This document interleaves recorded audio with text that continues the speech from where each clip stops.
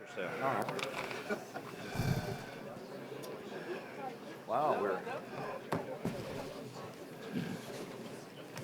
Are we on? Oh, we are. I think so. Good morning, everybody. Yeah, did you all enjoy the burritos, I hope? Yeah, it's a high point. Well, this is certainly a fantastic week to love and celebrate cars. And on behalf of Hagerty, I'd like you welcome to our now kind of customary Thursday morning gathering. So it's great to see you all. Our program for this year, however, is a little different than what we've done in the past. It's not just the look at the classic car market. Today, we'd like to talk about the future. The coming autonomous cars, what's going to happen to our beloved machines, but more importantly, why driving and our cars are worth saving. Now just seems like the perfect time to do this with what's going on in the world around us. Now, this is the first time we've done this sort of town hall. So you are, in effect, our test subjects. So we've baked in a lot of time for your questions. We're going to hear from these guys first, and then we'll have your questions. And then afterwards, we would really love your feedback to see how we could improve and continue. So to lead this discussion, we've brought in these three luminaries. Right next to me, you might know him from TV. This is Wayne Carini, the host of Chasing Classic Cars. Let's welcome Wayne here. Now, few appreciate the automobile like Wayne. He's a great guy. He wears his love and his passion right out in his sleeve. We know him for all that stuff, but what maybe you don't know is he's a skilled craftsman as well. And he's actually had his hands on some of those beautiful and significant automobiles ever made. So he's going to share those experiences with us today. Next to him in the middle is Mr. Bob Lutz. Let's welcome Bob. Hi, Bob. Good morning. Now, Bob has just had an incredible career in the automotive industry. He's worked at Ford, BMW, Chrysler, General Motors, and he's a true passionate car person. He's been the driving force behind some of our most cherished automobiles, from the Dodge Viper to the return of the Pontiac GTO to the Solstice. Bob knows how the industry works inside and out. And today he's going to share his thoughts on what the future timeline might be, what exactly it's going to hold for us, and we welcome that. And then there at the end is Mr. McKeel Hagerty. Welcome, McKeel. So McKeel started restoring his first car when he was 13 years old. He's still at it. He dragged a 911 out of a snowbank in northern Michigan, if you can imagine that. And then since then, he went on to build this company to serve the community that he loves, which is all of us. Now, along the way, he served at a variety of business organizations that put him in contact with some of the most progressive thinkers in the globe. And I can say one of the things he loves is new ideas, new thoughts, and he's going to share that perspective with us today. I'm Larry Webster. I'm head of the editorial operations at Hagerty, so that means the magazine, the articles on the website, and the videos on YouTube, which I hope you have all had the chance to enjoy. There's free copies of the new magazine back there. I hope you like it. I'll sort of be running the show here today. So I think the best thing to do is just kick it off. And maybe we could start off with McKeel. I want to ask you the most pressing question.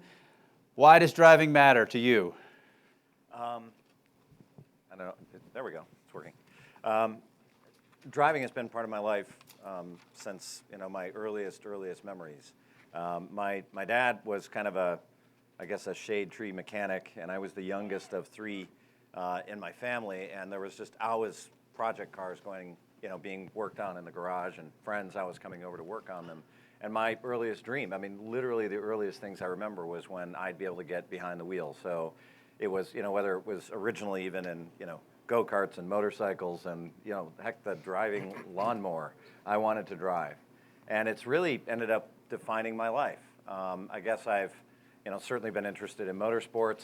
I've been very, very interested in the car scene all of my adult life. And I realized a number of things, and that is, these cars, of course, we can talk about it, all day long about what they're worth or, what's more collectible than others. But, for me, it's we as human beings give meaning to them. And, for me, the vehicles that I've cherished the most, and the reason driving matters so much to me, is because of the value that I have sort of created around the vehicles that I really love. There are vehicles that I now have that were my dad's, and so when I'm with the car, I feel kind of like I'm with my dad.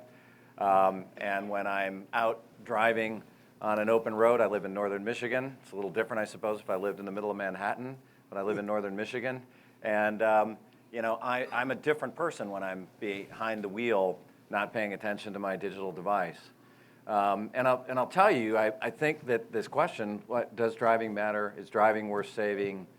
I think it does, and I think it's really the question of our time right now. Because as Larry mentioned, I've been traveling around the world a lot lately. I've been meeting a lot of world leaders and very successful business people, and I was at this conference speaking, and I had the most mind-blowing presentation on the future of autonomous vehicles and autonomous cities.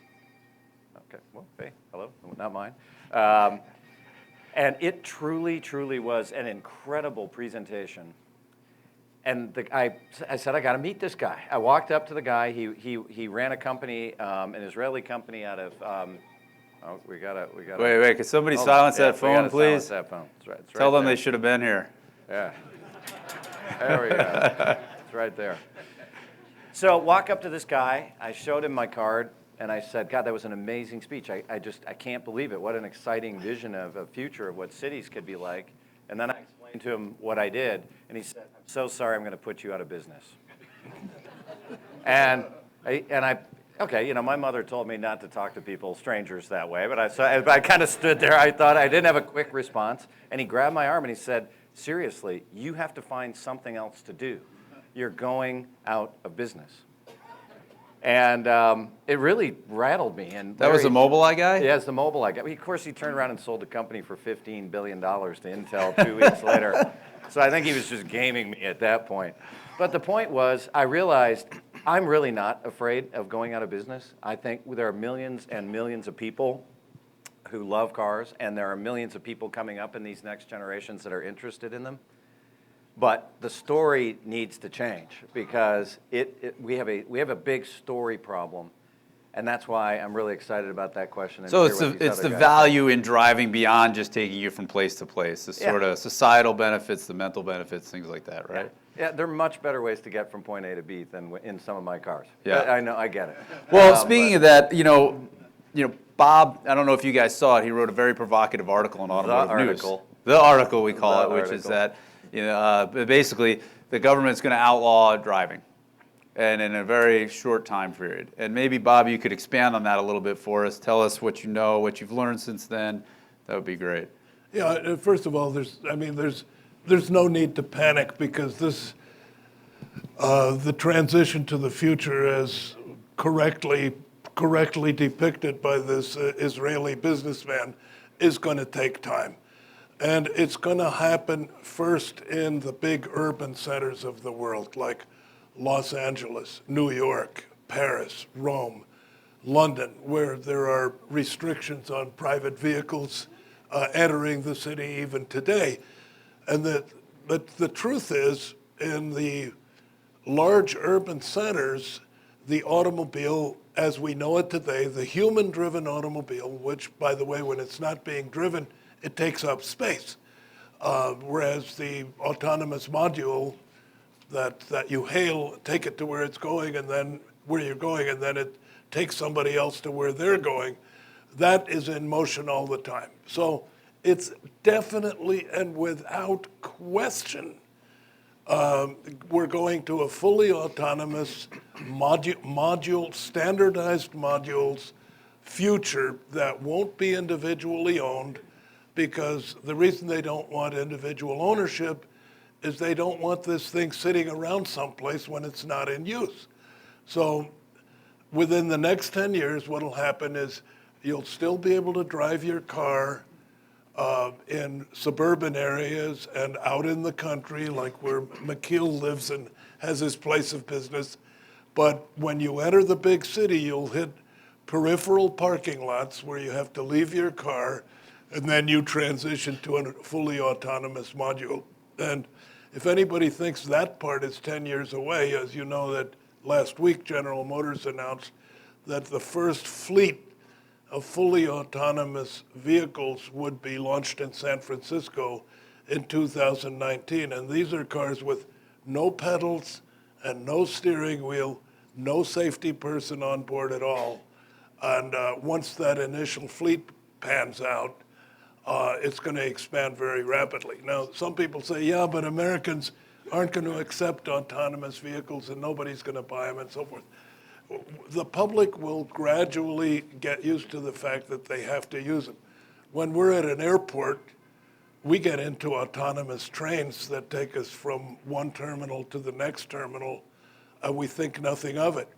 Elevators used to have operators. Some of you who are my age or getting close to it remember the guy in the uniform with the handle who would slam the door shut and then move the lever this way or that. We're totally used to autonomous elevators.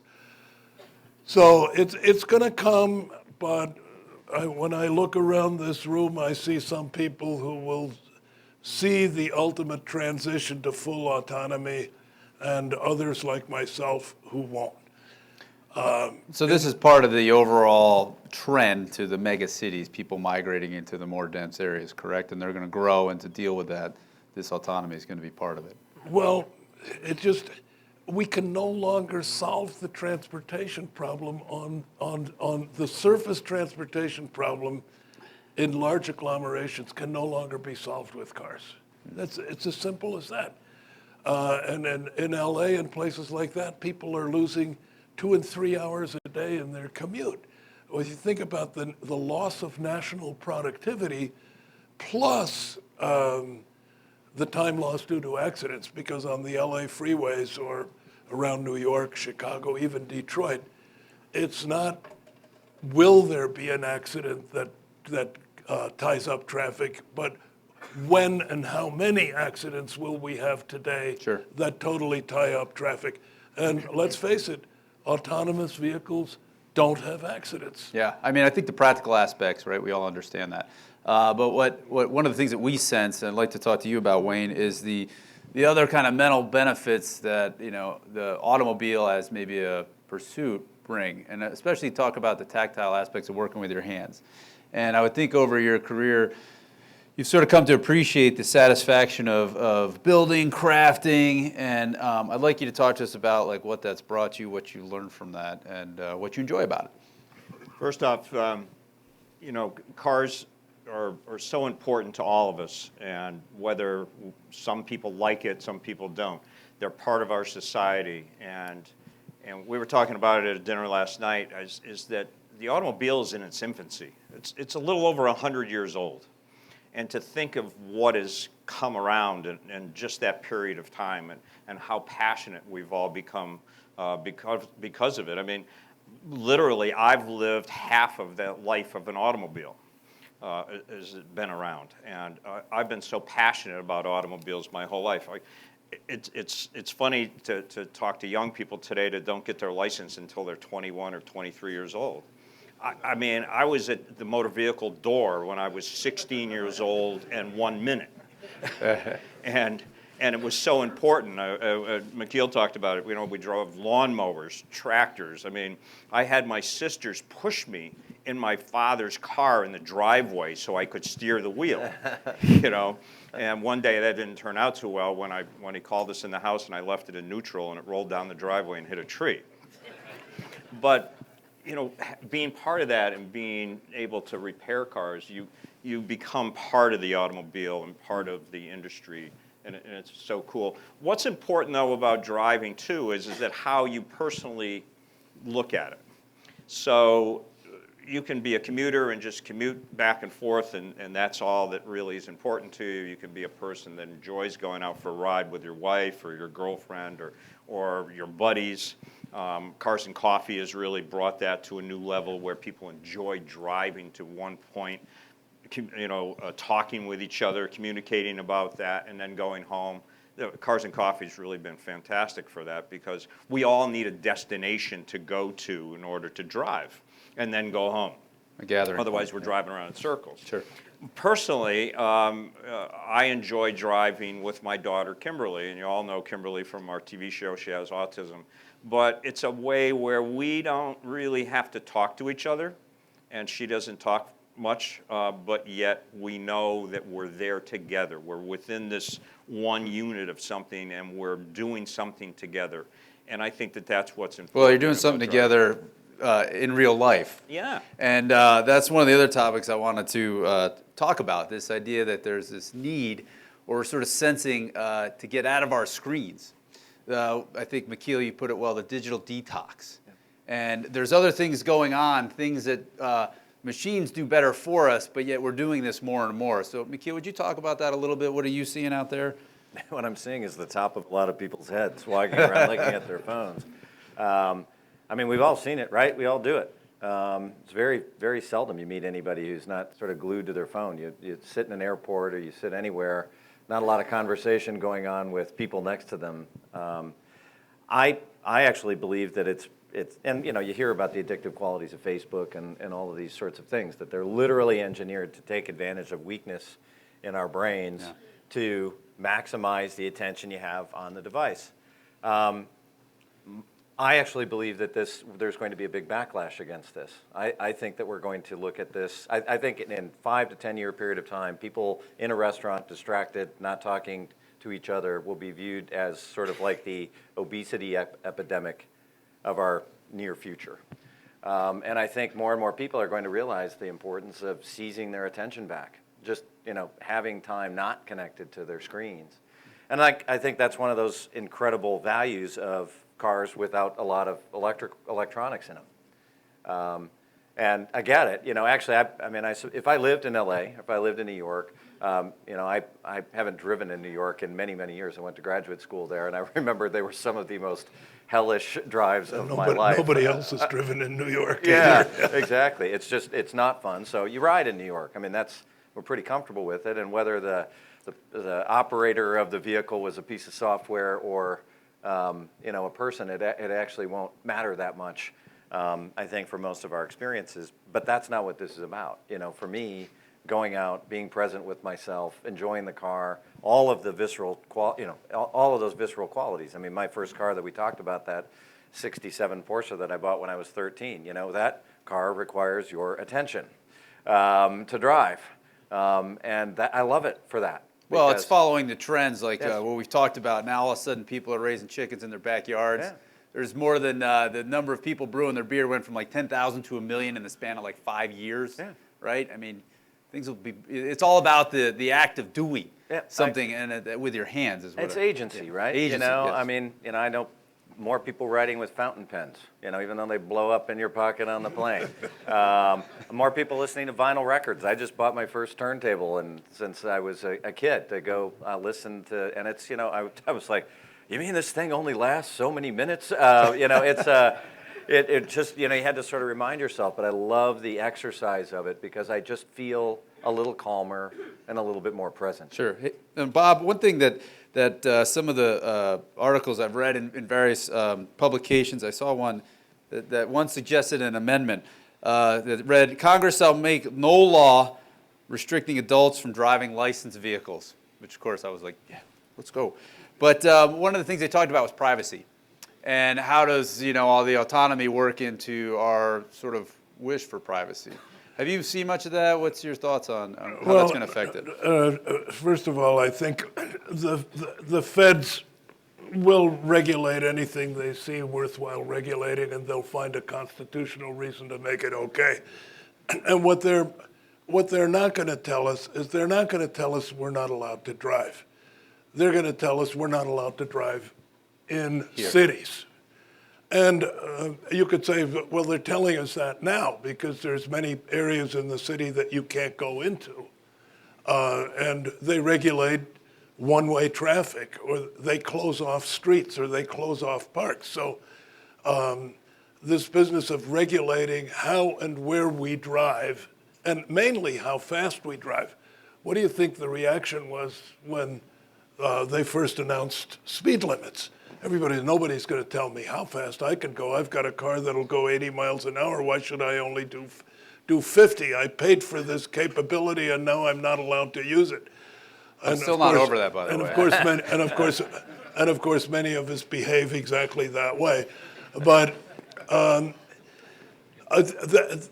the right to drive will not be taken away except in urban areas and in the large agglomerations where as McKeel pointed out, many of us don't like to drive anyway because you spend most of the time stopped.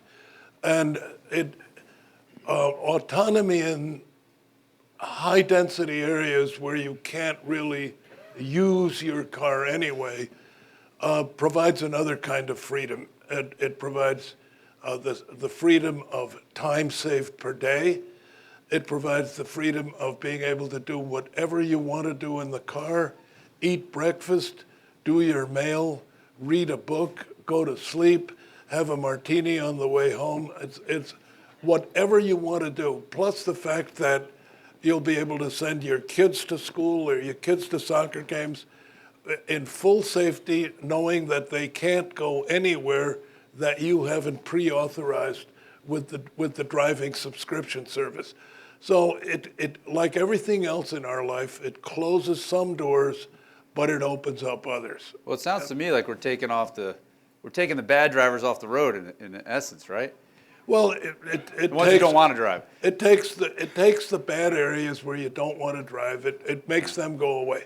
And before driving is prohibited in the wide open spaces of this country, that's going to be a transition that's going to last 30 years. And even beyond that, we're not going to, those of us who are still alive in 30 years, who are interested in driving, one of the things, that the Israeli guy should have told you is sell your company. No, wrong, because you'll still need insurance for high-end and classic cars.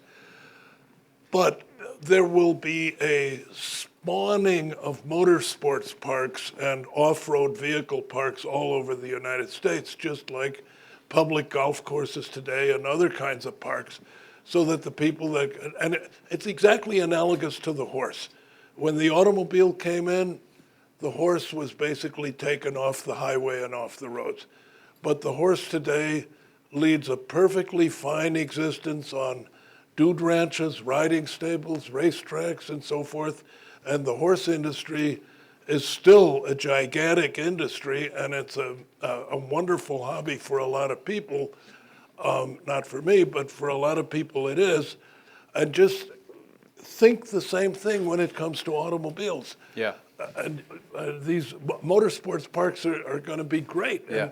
And no federal intervention in those at all. And as you mentioned before, it might very well could bring back the cottage industry of automobiles again.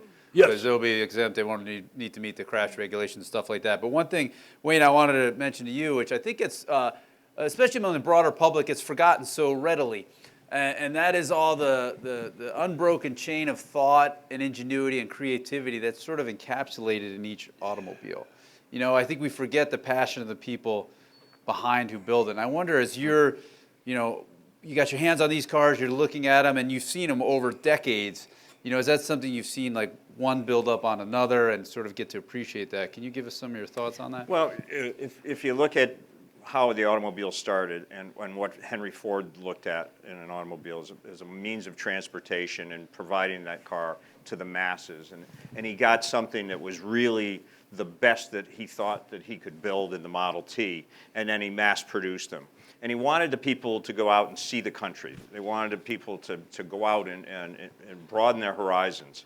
But specialty cars have evolved over the years. That one person, and racing, I think, is probably the basis of all this, where one guy says, I can go faster than the other guy, and I can make this better. And the cars sort of evolved around racing itself. And then, of course, you've got engineers, designers, and today, to look at these cars today, the new Lamborghinis and the Ferraris and the supercars, and it's amazing what Elon Musk has done with the Tesla to actually bring a car that we can use and drive under battery power.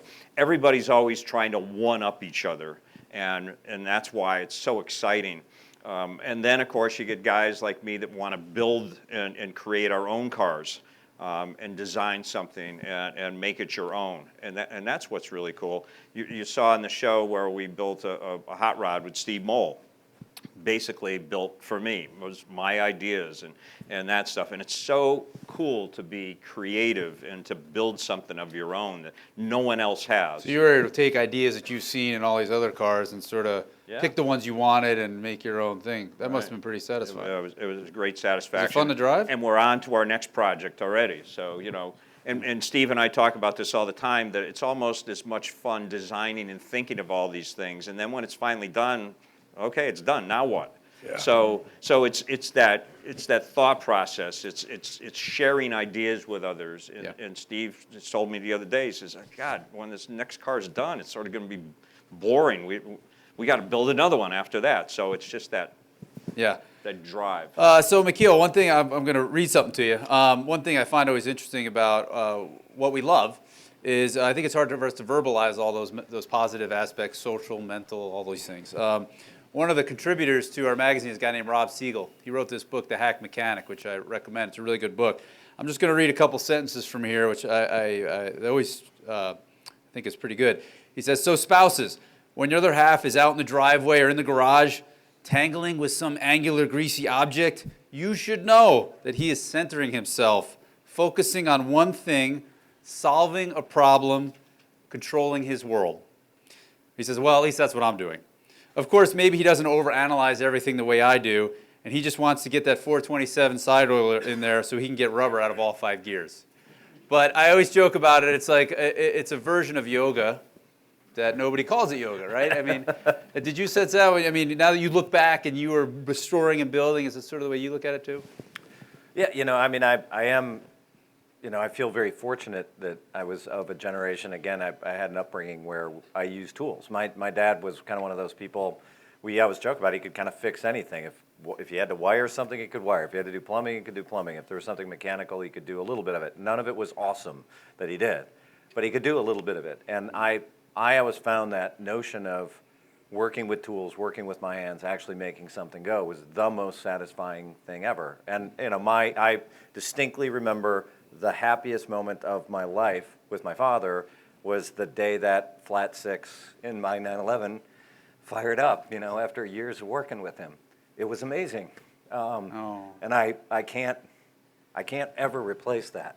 So, you know, I think that is important. And so, you know, I'm just very grateful that I had that experience. Sure. One of the challenges, though, you know, and maybe Bob could comment on it, is that, you know, modern cars are not meant to be worked on by. Yeah, it's true. You know, I remember I bought a new 911 a few years back, and I remember, like, I got to look at the engine.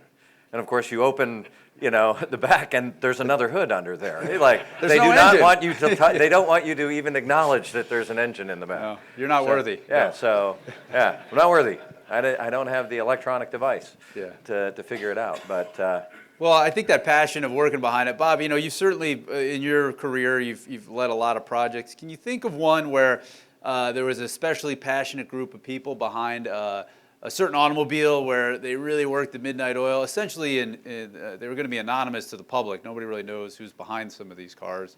Where it was just this awesome thing to be a part of and to see. Is there something like that you could share? Well, I think, you know, in every car company, there's a huge group of people who are basically skilled bureaucrats, and they do their job.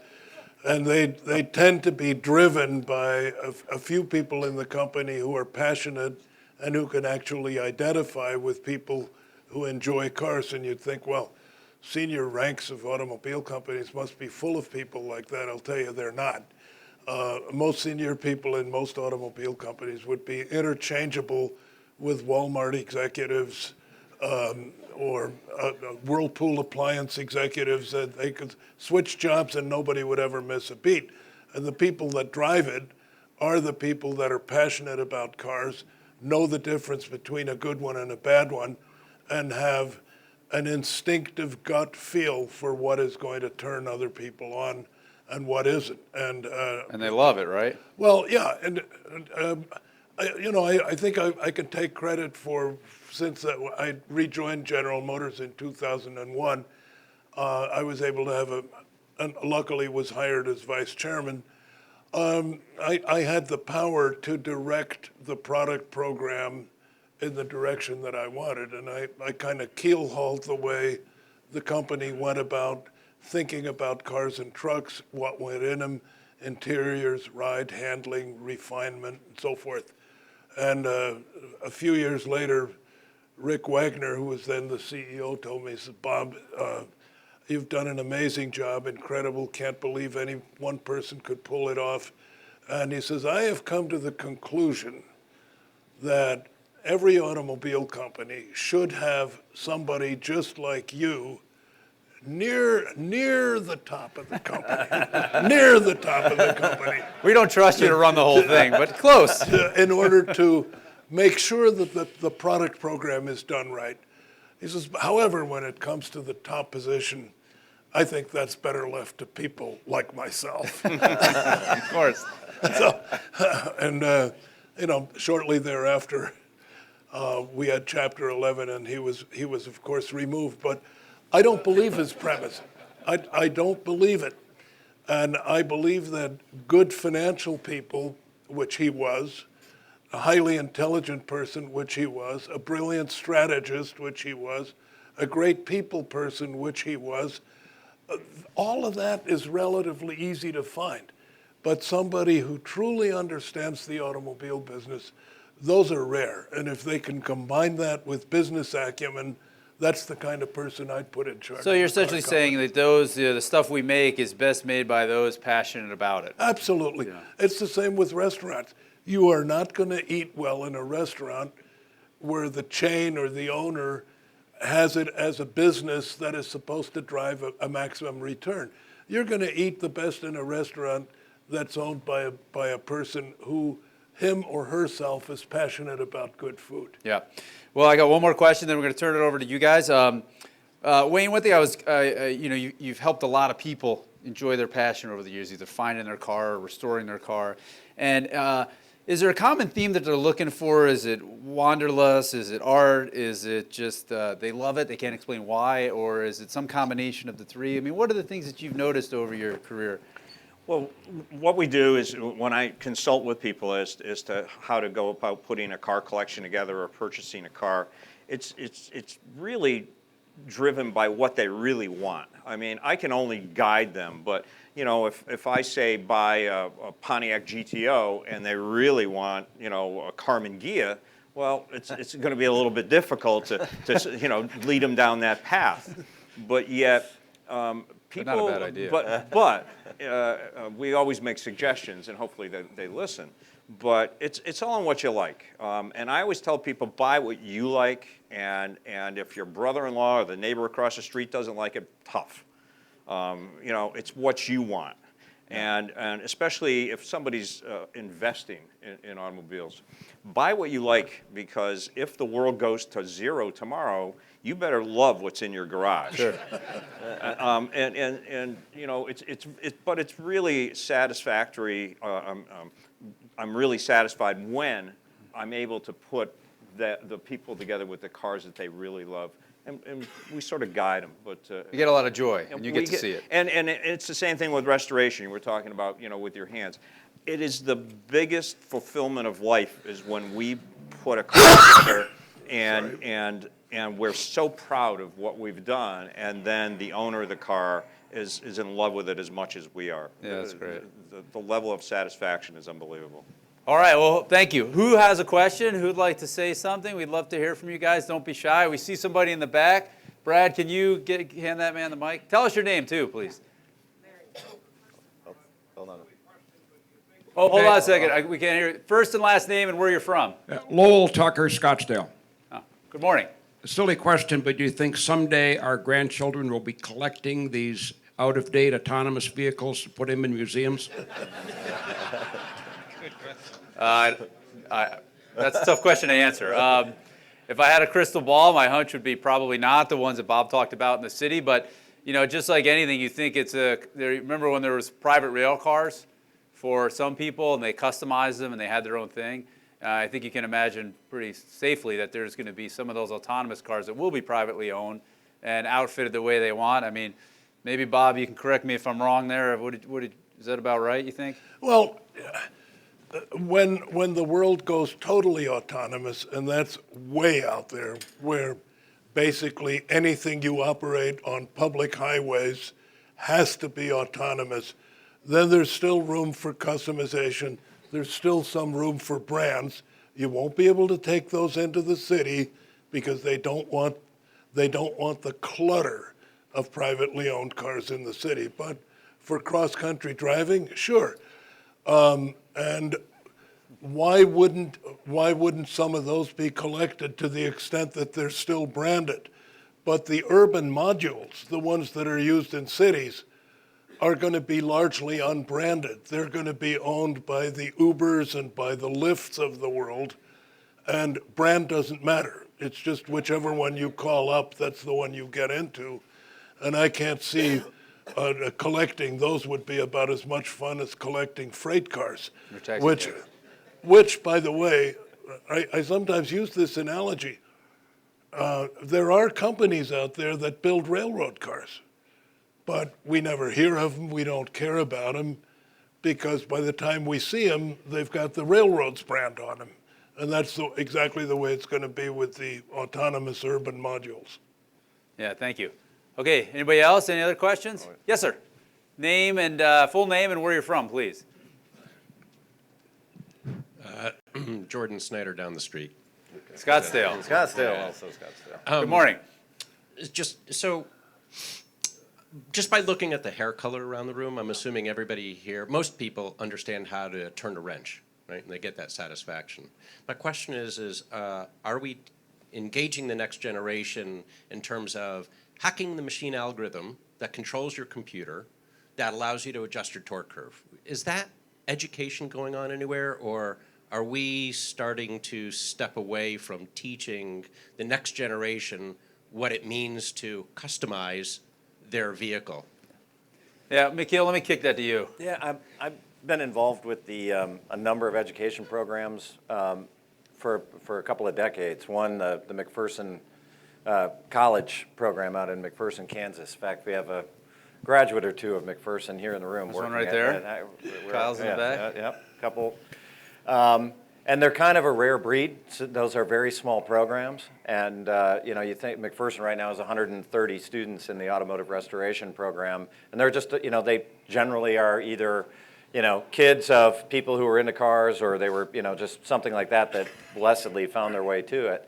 The greatest concern, honestly, when you really look broadly, like in the U.S., was when shop classes went out of high schools for budget reasons, largely budgetary reasons. If it wasn't sitting in a classroom behind a desk doing theoretical learning, all of the hands-on stuff, and not just shop class. In many cases, you're starting to see music go away. You're starting to see, home ec, all of those types of classes going away. But there's also some interesting resurgence in those areas. There's some fascinating resurgence in shop classes starting to burgeon in places like California. So there's sort of a reason for hope, because, I don't know how to fix this. Like I said, there's a hood underneath the hood of my Porsche. So it's a concern that if we don't, start at that level, which is, here's a screwdriver, here is a whatever, or here, how do we fix them? It starts really at that level. It starts in the school age, and we have to be passionate about it. So, if there's anything, I believe, is we got to bring back shop class. Let's start with that. Amen. That deserves a round of applause. If I could just speak a little bit broadly about it, personally, I believe in the power of the human ingenuity. And, I've seen a lot of things out there, both on forums and on the internet, where people are figuring things out between them. And you think, like, these cars are so computerized, nobody can do anything. Yeah. And then you go to a lemons race, and you realize, oh, no, they figured it out, right? It may not be like the factory, but they've worked, they've hacked their way around. There's people jailbreaking phones. I mean, it's just a different set of tools, but it's the same ingenuity, the same desire I still see is present. Okay, thank you. Next question. Yes, sir. Name and where you live. Peter Phillips, and I live beside him up the street. A lot of Scottsdale people this morning. All right. I think it's our obligation as devotees of this sport to pass on the legacy. One person over from myself is my son, who's 45 years old. He has a 73 Jeepster. It's not very pretty, but he's very proud of it. He's working on it. It's a process. It's a wrench experience. He's helping McKeel make the company bigger because he's got Hagerty Insurance. Awesome. And so, So how did you specifically pass that on? Was it just osmosis, or what did you do that you can tell the rest of us that helps? why me? Oh, yeah, great. No, I was thinking, as we were starting this off, you were talking about, McKeel was talking about, riding with his dad in the car and this and that. We go back to, I'm listening to the Bee Gees in the back seat of a Seville. It's like 83 or something that nobody ever wants anymore. But it's my age. I was thinking, I'm looking around if I'm 43, not 45. Thank you, Dad.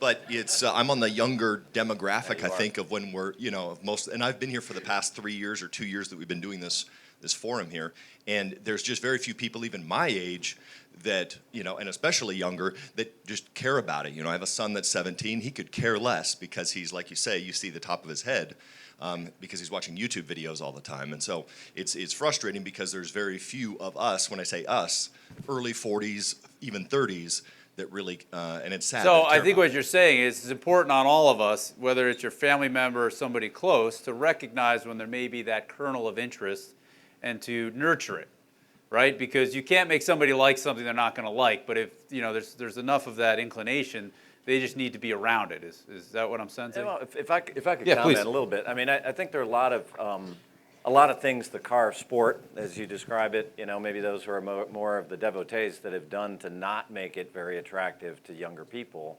And we have to face that, and we need to change it. Car shows that, the cars are almost presented behind ropes, don't touch it. All of those sorts of things. We started this youth judging program a number of years ago. We do, I don't know, how many do we do now a year? A couple hundred youth judging, at car events. I'd actually advocate that I don't think Hagerty should do any car event that doesn't have a youth program associated with it. And by the way, if kids get fingerprints on your car, you can wipe them off. Or if they get some grass from the golf course on the floor mats, you can vacuum that up. I just think we got to make it more accessible for people to get to do that. Take kids for rides. I mean, just, pick a number in the back of your mind. For every 10 times you take your car out for a drive, go find some kid somewhere and go take them for a drive. That may be the story that changes somebody's life. A great customer of ours, and I remember him telling about him when he went to one of the World's Fairs, and they used to do car unveilings at the World's Fairs, right? And he had a much older brother, and he was 7 years old and had to sit on his brother's shoulders to see this car being unveiled. And he just remembered at 7 years old, he said, I'm going to own that car one day. Not just a car like it, that car. And he smiles and he says, and I do. Yeah. And so that started at 7. Yeah. And so we just got to, some of those little things we do in the car world because we think our cars are very precious. And they're precious to us, and they are valuable often, is just make it more accessible to young people. Doing those types of things, I think, really, really matters. It's not that hard. Well, and also, we do have to do it. There's new type of events sprouting up, right? You talked about car shows, which have been around forever. Now, we look out, we see Lemons. I don't know if you've seen this thing called Grid Life, where it's a track event, concert. It's a whole festival that they've moved around the country. So there's things like that are just sort of the same thing. It's about automotive passion, just packaged in a different way. And I think it's incumbent on all of us to recognize that, support it, help it on. Okay, next question. Can I just make one more statement since I have the microphone? Sure, yeah. All right, make it quick. Since my son was chastising me about something. We also need to not listen to our children because I have a 1958 Fossil Vega Excellence that he tells me to sell every other week. That's right, we know best. That's a cool car. Yes, over here. Hi. Thank you. Brian Makedonski, Peoria, Arizona. I don't exactly have a question, more along the lines of a statement. So in this case, we probably all own a number of different cars, if not at least one. If it's running, I'd say part of the problem that we come across, or at least in my opinion, is anytime that I see an older car on the road, I love it. I always give a thumbs up. So if you have something that can be driven, drive it at least every couple days if you can. Cars that I have, I'm a Corvette guy. I have a 78 Pace car, probably maybe 1 or 2 in the valley. I'm always on the highway with it. I drive it frequently. Investment, I don't view cars as an investment. That's secondary to the passion that I have behind the car and the feel, the smell, the consistent working on it and tooling on it. So again, as a statement, I'd say if you have something, make sure you're driving it so kids can see them and aspire to wanting to have them, because far too many of us have cars that are just in a warehouse or in a garage that nobody ever sees. Well, thank you very much. And along those lines, if I could do a shameless plug, we have this service called DriveShare. And the idea is you can list your car on there to rent out for other people to sample. And this is one of the things we're very excited about because it's a great way to sort of pass the passion, right? To let people experience automobiles that they might not otherwise be. So I would encourage you all to think about it. Okay, do we have another question? Yes, back there. Yes, sir. Yeah, hi, David Geisinger, Boston, Mass. Morning. Proud owner of a actually a few gas guzzling, gear grinding old vehicles. Just a couple of points. One, I think it is sort of our responsibility to bring back the shop class and what goes on for the younger generation. I'm actually on the board of a company that teaches underprivileged inner city youth the art of vintage motorcycle restoration, particularly BMW motorcycles. And to see the look on their faces when they get a vehicle to run is quite spectacular. But Bob, my question's actually for you. So you mentioned elevators. You talked about some of the airport trams. Those are all privatized. The challenge with inner city transportation being limited to autonomous vehicles brings up the public component to it. And I, for one, I grew up in the technology space. I'm in technology now. My wife and I debate all the time the autonomous vehicle. She wants one. I absolutely will reject that for me because the idea of not being able to get behind the vehicle is important. But what are your thoughts in terms of if we do actually force a transportation model in cities that require autonomous vehicles?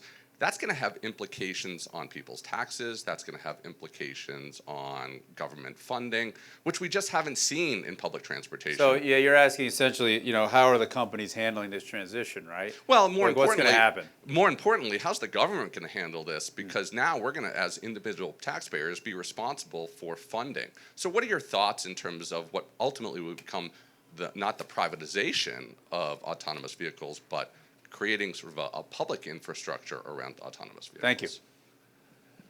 Actually, I don't think it's going to require much infrastructure because all of the fully autonomous vehicles require two things. They need artificial eyes and ears, and that's all the sensors, the TV cameras, the ultrasound, near-distance sensors, the LiDAR, and the radar. So that, and it needs a GPS so that the vehicle can position itself with great precision, and it can also see other objects or things in its path to take evasive action. All of that is, there's no government funding required in that whatsoever. That is all embedded in the car by the car manufacturers and so forth. The second component for autonomous vehicles, which doesn't get talked about very much, but which is equally important, is that everybody is working on super precise digital mapping, where every highway, byway, intersection, corner, curb, et cetera, in the United States and in Europe and in China is being mapped down to a precision of 4 inches. And those maps will be embedded in the car, so that the car can essentially, if you assume no traffic, the car could go from your driveway to a town in Chicago, an address in Chicago, without needing any sensors at all, because it would operate off of its own embedded, super precise digital map. Those digital maps are not being paid for by the government. There's various companies that are doing them. One is called HERE. The other one is called Usher, USHR. I'm a board member on that. And Usher is actually the software that's embedded in the Cadillac Stage 2.5 autonomous Cadillac CT6, which was demonstrated to the press to be able to operate hands-free on the freeway for great distance. And these are recording bumps too, right, Bob? If I remember you saying, it's not only just where the roads go, but it's also the irregularities in the surface. I mean, and these super precise digital maps that are embedded in the car, on a 3-lane freeway, they map every lane separately, so that if there's an uneven spot in the freeway, the car knows that it has to look for that uneven spot. So, but again, none of that technology is provided by the feds or by municipalities. Where there will be dislocation is obviously there's going to be a lot of taxi drivers that'll have to look for work, delivery drivers on city delivery trucks, the Amazon food delivery, FedEx, UPS, all those will be among the first adopters of fully autonomous vehicles. And I think in all, and then of course, if to the extent that traffic fines are a source of revenue for police departments, they're just going to have to find something else. I mean, all I can say is tough luck, folks. You're going to have to find somebody else to milk for money.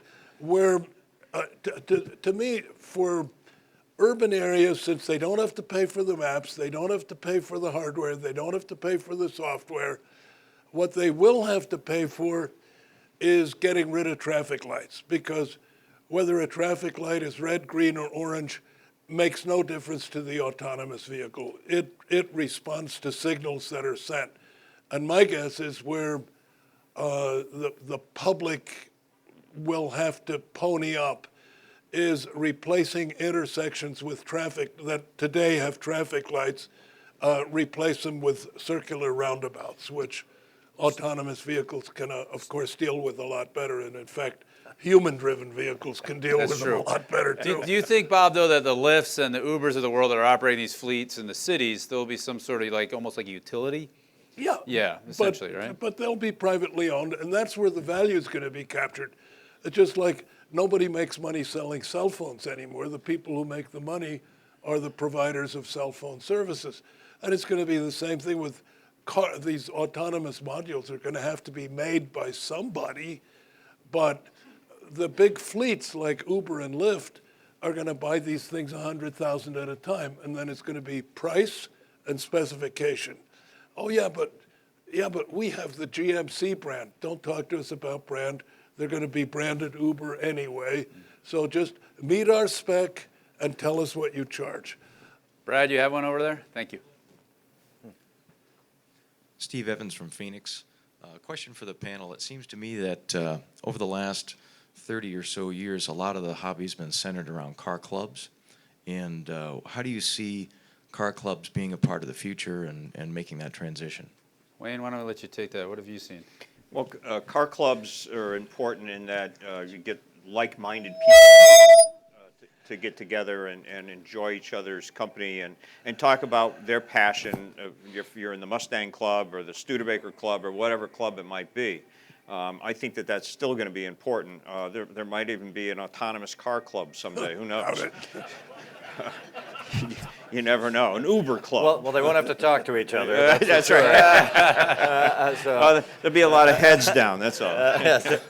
See the top of their heads. You know, I mean, to comment in general, the car interest in the car world has increased, and actually car club membership has stayed relatively steady over the past couple of decades by our research. And what it would indicate is some people are more interested in a social experience with their vehicles than others. And because the need to join a Hudson club to learn about Hudsons isn't needed as in the same way that it once was. If you were trying to restore a Hudson, now you can, online, you can find somebody directly who's an expert and you can get straight after them. So what the club kind of, and it's not a commentary on whether, a social person versus a non-social person matters, but it's different. What's interesting about the Cars and Coffee movement, I guess I'd call it, and other, kind of similar meetups is that a lot of them are very ad hoc, which is just, a lot of them happen through some sort of Facebook digital gathering. Facebook, whatever. Saturday morning, 8 o'clock, this road, go. Show up, don't show up, whatever. And so it doesn't require the same level of organization. You kind of show up, and it's a looser, looser gathering. And I think one of the great benefits, actually, of social media to the car world has been that ability to have a kind of looser gathering of car people without all the heavyweight infrastructure sometimes that was required before. So not all bad, but some people do like the social aspects, and clubs are a great spot for that. Thank you. Do we have any other questions? Yes, sir. What's your name, sir? Got to get your mic. Yeah, Brad's going to come over there with a mic.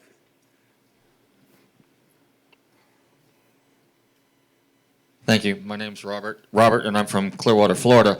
The question to anyone who wants to answer this is, okay, as we move to this total recall, if you remember the movie, and the autonomous vehicle, how do you think this is going to affect the future development costs and availability of gasoline for our cars, let's say 10, 15 years down the road? Yeah, it's funny. Maybe Bobby probably the one, but just we're working on a story about this coming in a future issue because, agreed, the refining of the oil for the cars might be an issue. What do you see in the horizon? Well, I think I'm frequently asked, tell us about electrification and tell us about vehicle autonomy. And I say they're two parallel trends, but they are not necessarily related in that the future autonomous vehicle doesn't care whether it's driven by batteries or by gasoline. And you could even argue that in today's state of the art, it'd probably be better gasoline driven because you have more range before you have to recharge.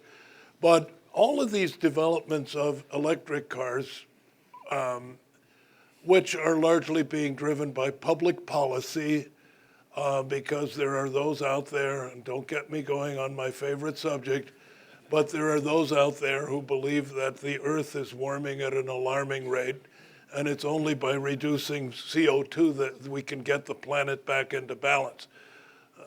Again, I think you're wise to avoid that I don't want to topic. start myself on this, but there What, is. what are they supposed to Google again? Yeah. You have an article about it. There's a global policy initiative to reduce the use of fossil fuels. It will be partially successful, but the more successful it is, the more there will be a glut of petroleum products, which is going to drive the price down. Plus the fact that the petroleum industry has found ways, new discoveries, in new areas that have been made available for drilling or exploration, plus fracking, which had just totally changed the global supply and demand equation for petroleum. So I think for the foreseeable future, gasoline is going to remain right about where it is, which is where it's been historically. We look 50 years ago, it was 25 cents a gallon. Now it's $2.50. That's 10 times, just like everything else has gone 10 times, whether it's hamburgers or houses. And it's going to stay there. And my prediction is directionally, as gasoline gets replaced by other forms of motive power, the relative price will tend to go down and not up. So we're just go on our Amazon Prime account. We order a 55-gallon drum and have it delivered to our garage, and we're fine. That's what I'm going to do. I don't think the oil companies will allow that to happen anyways. I mean, the oil companies are such a large part of our society and our financial world that I don't see anything really seriously happening to gasoline or the lack of it for a long time. We need a mic soon, if you could. Yes, sir.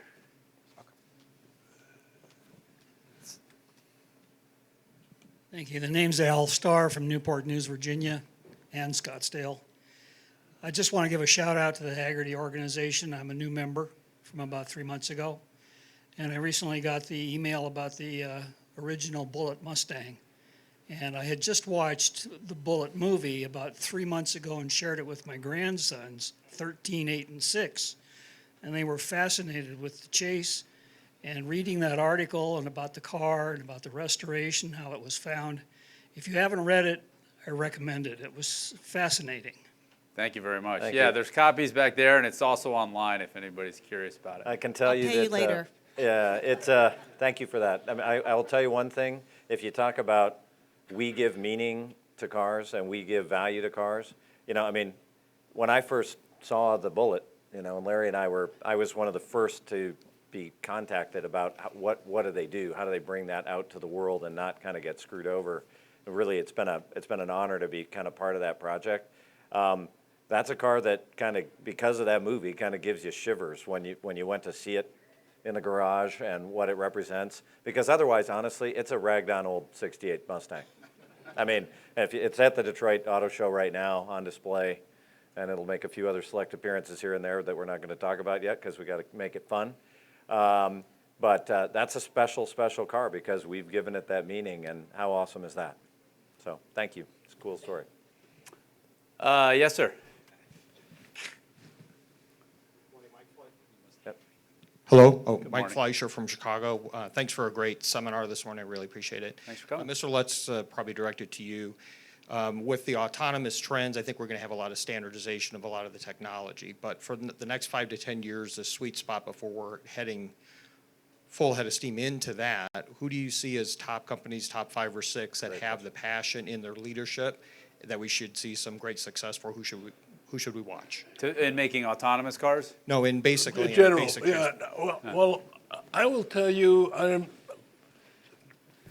the politically correct answer is yes, of course.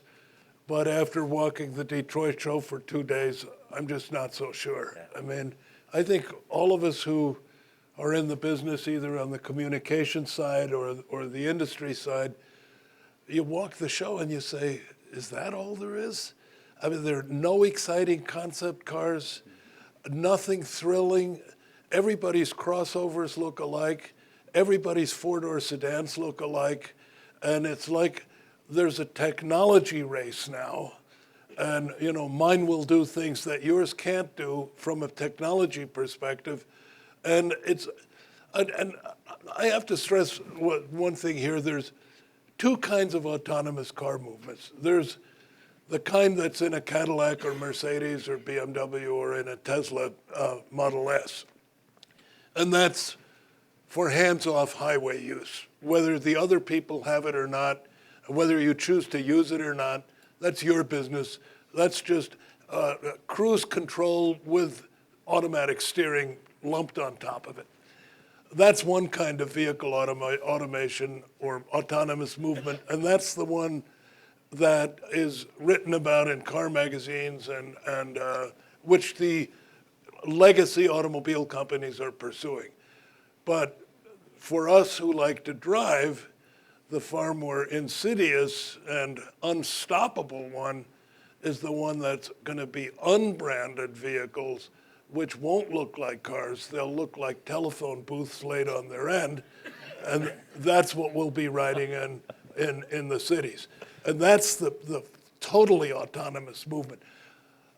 I don't think that needs to worry us too much as long as we have use of the cars that we're passionate about. And again, for those of you who live near one of those motorsports parks like Concours, M1 Concours in Detroit, Monticello in New York, Joliet, Illinois, and everything, they're going to spring up all over the place. And right now, the investment to become a member of one of those things and get garage space is relatively low. And I think it's time to climb on board that stuff, because when driving gets more and more difficult in the suburban areas, then it's going to be a great pleasure to be able to go to one of those motorsports parks and either drive your old stuff or your new stuff. Yeah. You don't have to be a racer. Well, I think you were asking which companies you think are going to are in the leaders of the autonomous. What's the autonomous part, but who has some passion? The great restaurants that you mentioned, who has that kind of passion? Who has the passion? I don't see much of it. Oh, really? I don't see much of it right now. Well, judging by the Ferrari? Detroit show. Come on, Bob. Yeah, but those are boutique cars. They don't matter for the masses. I'd say certainly The Germans are turning out a lot of reasonably boring cars now. The Japanese certainly are. And you kind of have to look to some of the American producers. Some of the most interesting cars that you can buy now at a reasonable price are made by one of the Detroit Three. Well, it's certainly shifting, right? I mean, it all depends. We have a new Supra coming out. It's a partnership with Toyota and BMW. There's this Chevy XR2. It's a smaller version of the Raptor. We've driven that. It's fantastic. I mean, I think there are pockets of it. You know, to Bob's point, they're in business to make money, but there's still a fair amount of, like he says, in any of these companies, there's pockets of really passionate people that drive some of this stuff forward. And you see a lot of that at SEMA. And SEMA is where, you know, the passion is really brought, the aftermarket is really brought together. I mean, you see it in Dodge, Jeeps. Well, Jeeps, but you know, we have Hellcats and we've got Demons now. We've got the Bullet Mustang coming out. It's the limited production aspect, but there's nobody coming out with anything. Like you say, there's no new designs. When you go, it's like the Motorama of the 50s. Yeah, exactly. Where I mean, oh those days are somehow, Those are when you gone. went to an automobile show and it was like going to Disney World, that somehow is gone. I don't know if it's just me because I'm growing older. Yeah, I mean, everything's starting to look the I same. feel more optimistically about it. I mean, we have Focus ST, Focus RS, Fiesta ST. We have this whole world. You get in these things, you drive them, and they are ungodly fast. It's all technology driven 15, now 20 years instead ago. of design driven. Yeah. Bob has a Tahoe that goes 0 to 60 in under 5 seconds. Bone stock, he told me. You know, he loves it. So Yeah, sure. you know. So I want to ask Bob a question about this, though, too, because Shoot. you mentioned Tesla, and I know Tesla's kind of on a lot of people's minds because Right. they're kind of this different thing. If you don't mind, Larry, I mean, what do you think of Tesla? Do you think this is, what do you think? Is this a trick How much question? time we got? I we got a little wait. I mean, Yeah, we the got some Model time. S Go ahead, is Bob. beautiful. The Model S is beautiful, but can they produce cars Look, that number? I know Elon Musk. He's a great guy. He's a fun individual. He's the world's, without question, he's the world's best promoter. Yeah. If you need something sold, go see Elon Musk. I think the vehicles themselves are pretty brilliant. A Model S, especially with the performance upgrades, is one of the fastest, best handling, best braking sedans that you can buy in the world today. And the acceleration times will beat any $350,000 European exotic. But what's bad about Tesla is poor Elon Musk doesn't know how to run a business. And he hasn't figured out that revenues have to be greater than costs. And he's draining cash. He's losing cash at the rate of between 250 million and 500 million a quarter. So, and this is a company that builds 80,000 cars a year. So he's going to have to go for another capital raise. And the people who are invested in Tesla with this insane stock price for a company that's never made a dime and never will, is they say, well, I just believe in Elon Musk. And whenever I'm on CNBC and I express doubts about the future of Tesla, I get emails saying, why are you so negative on Elon Musk? Don't you understand that he's trying to save the planet?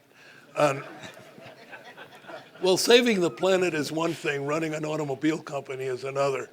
And when you're perennially running out of money, you're just not running a good automobile company. And he is doing a terrible job of running an automobile company, and I don't see anything on the horizon that's going to fix that. So those of you who are interested in collector cars, may I suggest buying a Tesla Model S while they're still available? Okay, we have. That's why we have him here. Yeah. Thank you, Bob.